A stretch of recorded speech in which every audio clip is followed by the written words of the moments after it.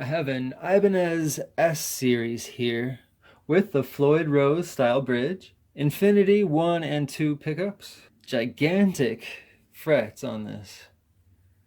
That's like extra jumbo. So that's the actual locking nut. The name of the model is the S420. This one's made in Indonesia. Super thin body. The first part of setting up a guitar is seeing where the bow is at the neck while it has strings on it. So I need to put some strings on this, and then I'll see if I need to adjust the truss rod. I'm going to set this guitar up for 10 to 46 gauge strings. You take the cut end, as long as it looks good and it's not frayed. Take that end and put it through the tuner and stuff it in there. The string is going to be between this little clamping block, squeezed against the saddle itself. So you need a 3mm metric Allen wrench, or like a number 15 hex bit. Then it just clamps down in there. Not as tight as I can, just until there's a good amount of resistance. So put the top end through the groove in the nut, pull it tight, get it bent a little bit. I'll measure about 1.5 knuckles.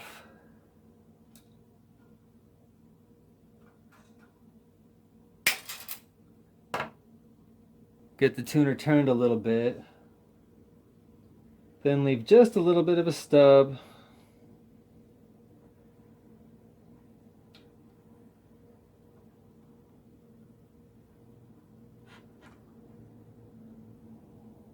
Start to get it bent around the peg. Wind it up with the string under the string end, wrapping downwards. I think it's a nice idea to take some little mini pliers and bend the end of the string so that it curls around under the top cover of the peg. Okay, that way it's not sharp or dangerous. You're not going to scratch up your case or destroy your fingertips right before a performance or anything. Next string, pretty much repeat the process.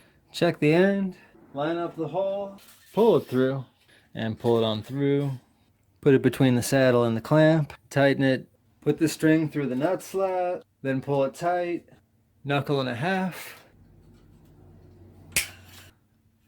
Then turn the tuner so it's at a good angle.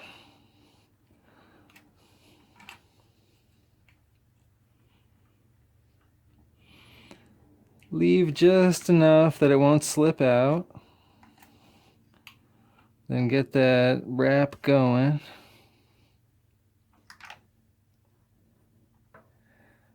Wind it underneath so the coils are winding down. Nice tight coils. Okay, just a little bit of tension for now. I'm gonna bend up this end. So I'm getting out the mini crescent wrench. And now is as good a time as any to just check all the bolts. I'll check all these screws here too. Don't over tighten them, just get them nice and snug, or it'll be hard to turn and you could damage the washers. You also want to check all the washers. These are all good. One other tip, when you're putting in the thinner strings like the B and the E, make sure they get wedged in the dead center of the saddle, because they can get pinched in the side. I've got all the strings on it and it's roughly in tune. So the strings are near their normal tension. The bridge, right now the bridge is tilted up a little too much. With other bridges you might have to tighten the screw on the claw here. With this guitar you just use the thumb wheel and tighten it up. Quick and easy. Okay, needs a little more.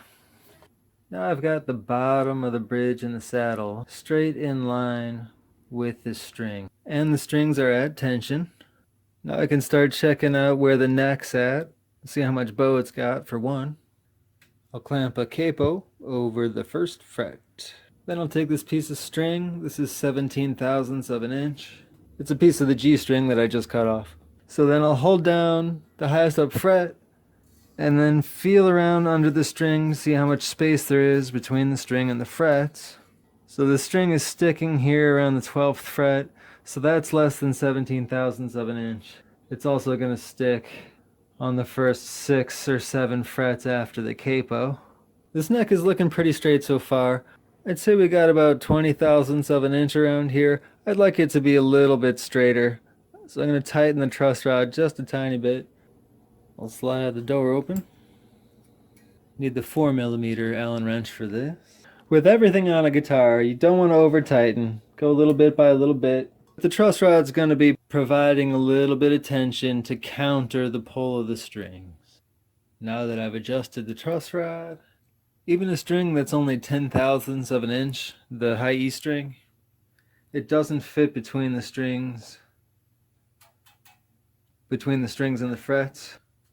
But the notes do play. So the neck is almost dead flat. If it had back bend, then the notes wouldn't play. So it's almost dead flat, less than 10 thousandths of an inch of bow. Since this is a guitar for metal and shredding, and the frets are freaking enormous on this thing, I'm going to leave the neck as straight as possible. If another future owner wants to, very easy to loosen the truss rod, give it a little bow. Or, you know, if you want to put 9-gauge strings on there, or 8s, whatever.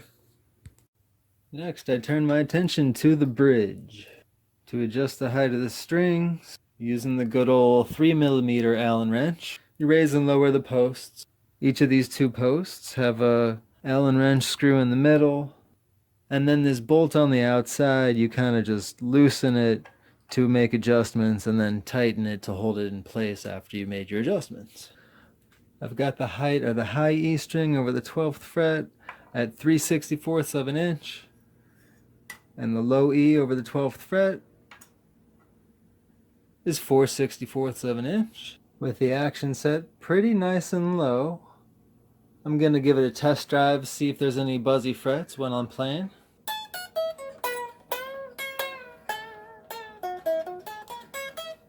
Pretty good, but it could be better. Losing the strings a little bit, and then slide in this additional nut here. Now I'm going to take the bar off and tune it up again.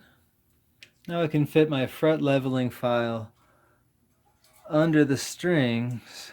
I often like to level the frets while the strings are on there at tension, because if you take the strings off and level the frets, when you put the strings back on, it'll have more bow from the tension and the frets won't be exactly level. If I want to add bow later, I can loosen the truss rod a little bit. Okay, now the strings are in tune.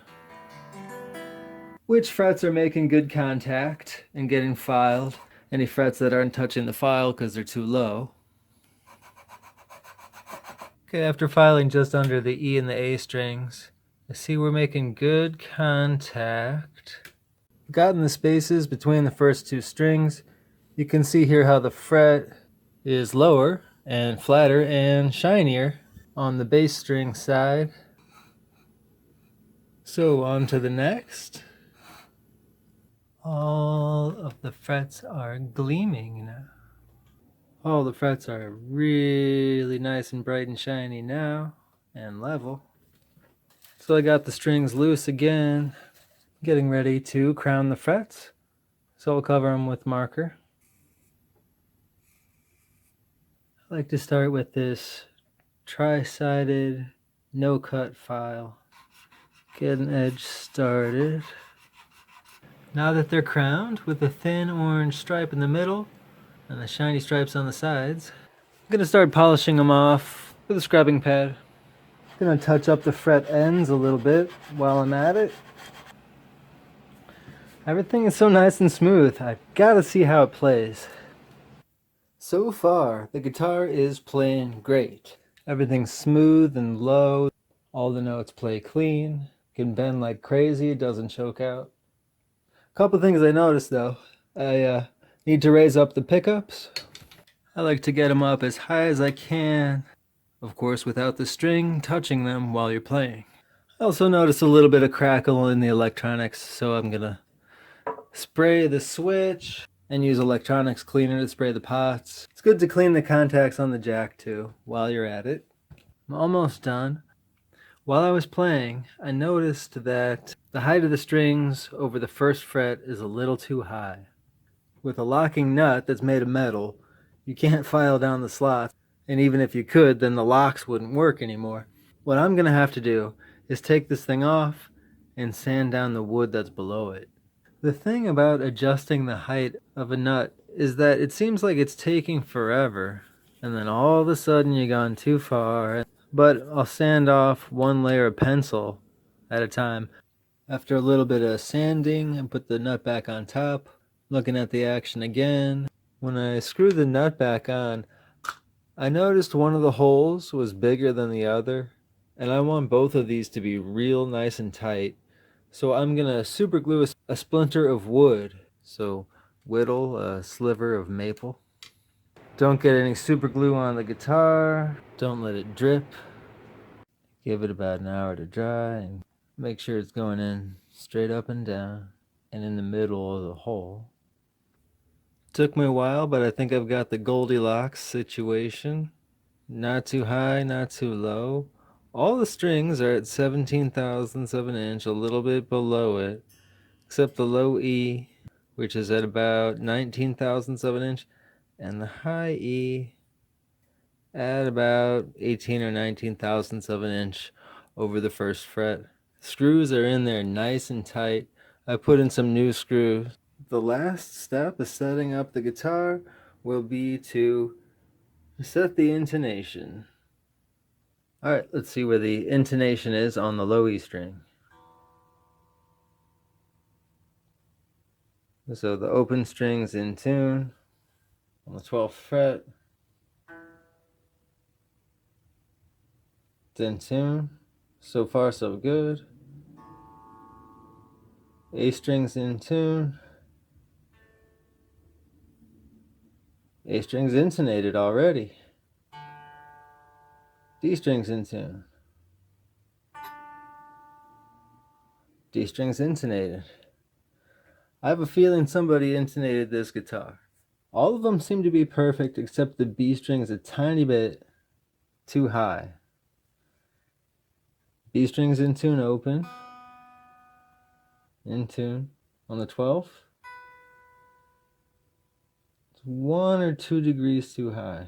If it's too high, you need to move the saddle backwards. It'll be longer, it'll be lower.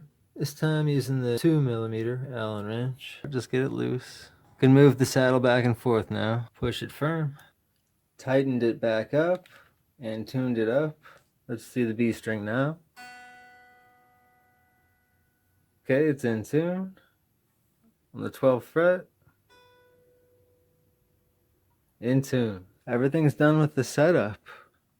I'm gonna wanna put the lock nuts on. So I'll start by putting the fine tuners somewhere in the middle of where they can adjust to.